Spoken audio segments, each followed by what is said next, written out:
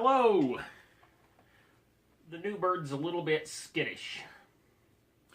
Today I want to show you something that's just a little bit weird about my Cooper's Super Dark 1/2 Irish Stout. Well, 1/2 milk stout is a better way to put it. It's made with a can of Cooper's Irish Stout, 6 pounds of dark liquid malt extract, and a 1/2 pound of lactose. That's why I call it half milk stout.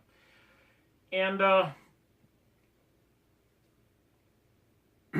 what's weird is what happened to the bottles, as you'll see here. And then I put the beer into these bottles. Now on the left, you see a normal sized bottle. And on the right, you see a bottle that has expanded quite a bit. It looks like it's in a bit of trouble. I mean, I'm not sure if this will hone in on that, but you can see, yeah, stress lines through the top where it looks to me like it's threatening to break. This one right here was bottled with the same little sugar drops. They're basically little pieces of sugar candy. Cooper's makes some. The ones that I used were actually made by sold by Northern Brewer. I don't know who makes them. Right now I'm getting into the closet here so I can get this box out because I bottled beer a couple days ago. I'm going to open up and see how they're doing. Obviously, it takes a while to ferment the sugar,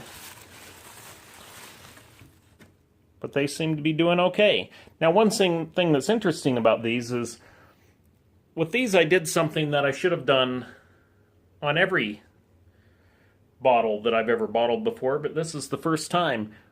Once I pulled out the bottle filler, and you get that space at the top that has no beer in it, well, with these, since they're not glass, you can squeeze it so the beer goes all the way to the top, and then put the lid on, and then the thing will just kind of have to expand back to its normal shape, which it's done so far in just 2 days. But everything seems to be going okay. But this, which had the normal amount of beer up at the top missing after pulling out the bottle filler, look how much is missing now after it's expanded. And I have to wonder, wow, why would it do that? I've bottled in the winter, I've bottled in the summer. Never had a problem before. Gotta put this box back up here. Should I edit this video? Nah. Okay.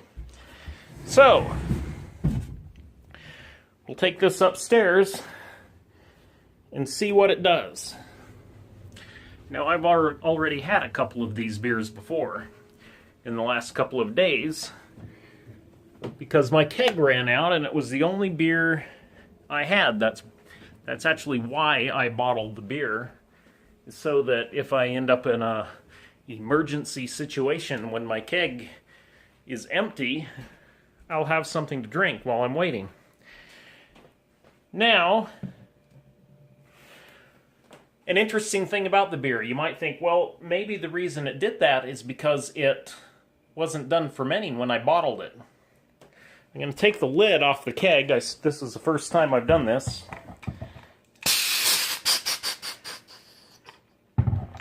And look in there to see just how much yeast is in there.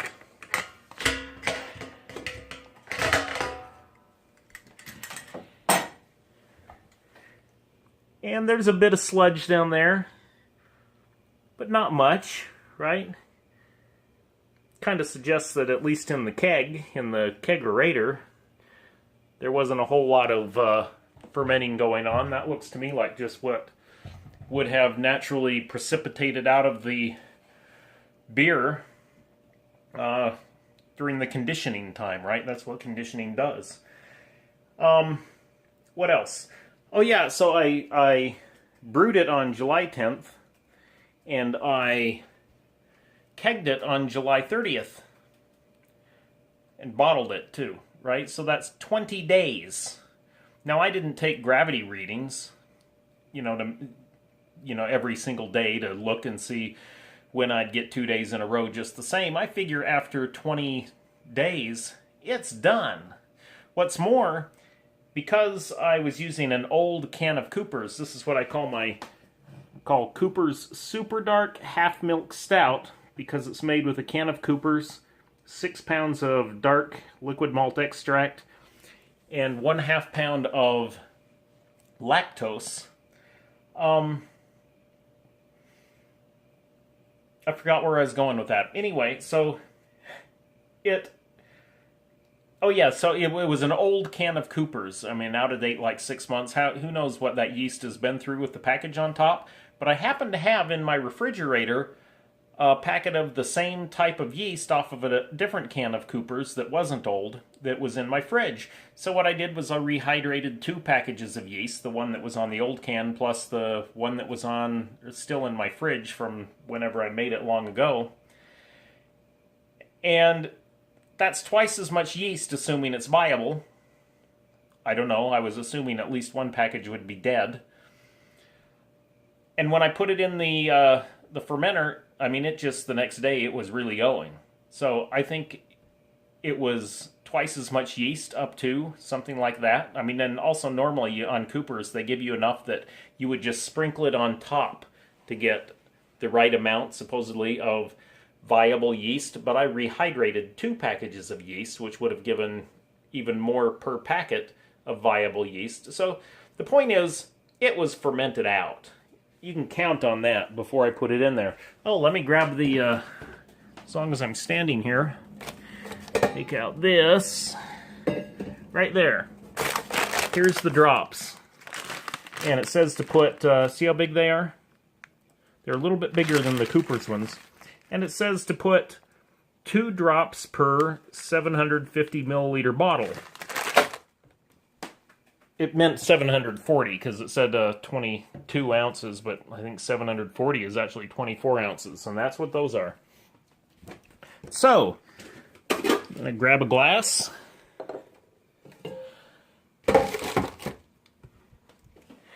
And I'm going to pour this. And then I'm going to show you something. Oh, I've already experienced this. If I want to get that top off, I have to take the extraordinary step of using a pair of pliers.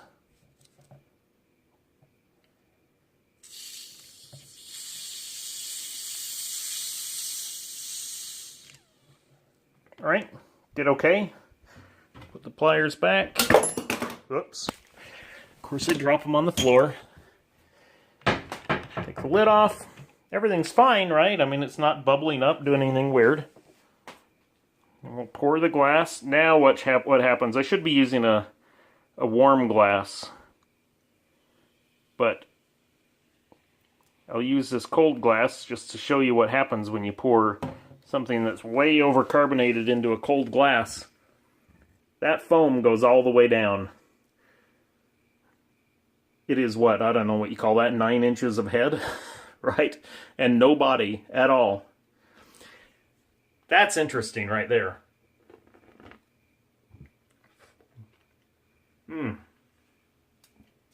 I like it though. I don't think it tastes like a stout. I'm not sure what it tastes like.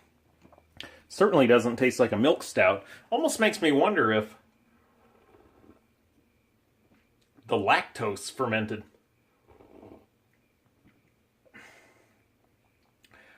But I am now going to drink the beer, and I'm going to come back in a little while to show you what happens to the beer bottle when I fill it full of water.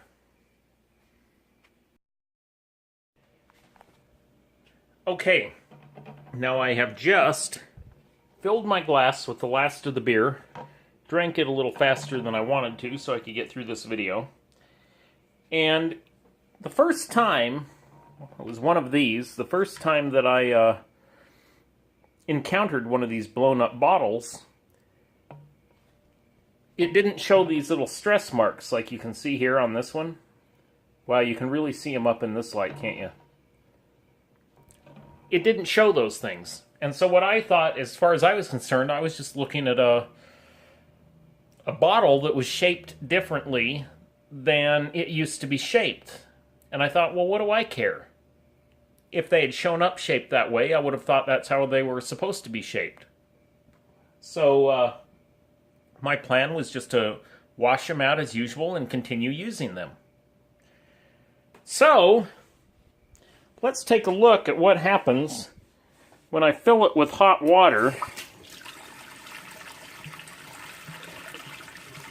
By the way, this is something a lot of people don't know. You take this stupid thing, or whatever it is that you've got, an aerator usually, on the bottom of one of those off, and you can get one heck of a massive flow of water through your faucet.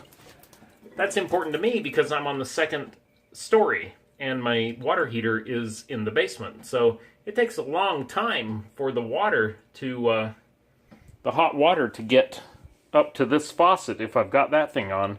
If I take it off, it's really, really quick, and that can be a pretty big deal sometimes, like when you're making beer and you want to have a lot of hot water to put into your boil.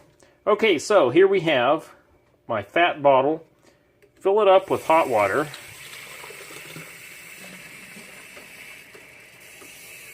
Now this is what I usually do. Fill it up, and then I usually shake it in order to get the yeast out of it.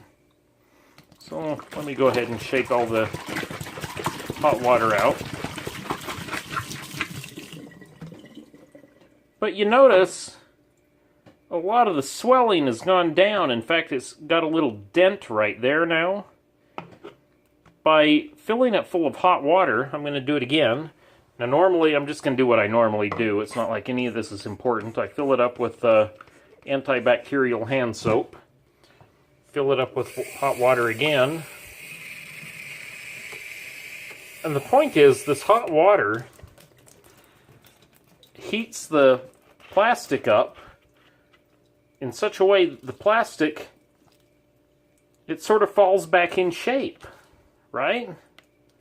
It's not bloated anymore the way it was before. It's still a little bit bloated, but that'll change as it cools down, as it goes from being hot, from having the hot water in it. It'll go back all the way down to a normal PET bottle, like this one. Back this up. This is just normal.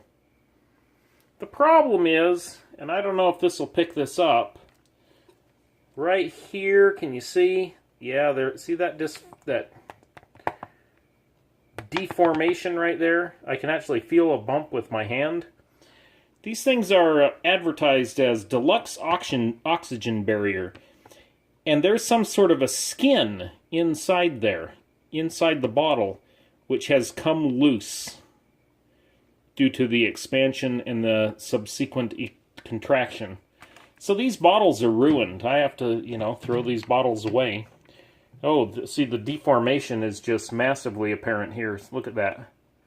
And the way the skin, you can listen to it. Can you hear that? So, basically, these, I think 6 bottles are all ruined now. And I have no idea why they expanded like that. I've never had that happen, not in the summer, not in the winter.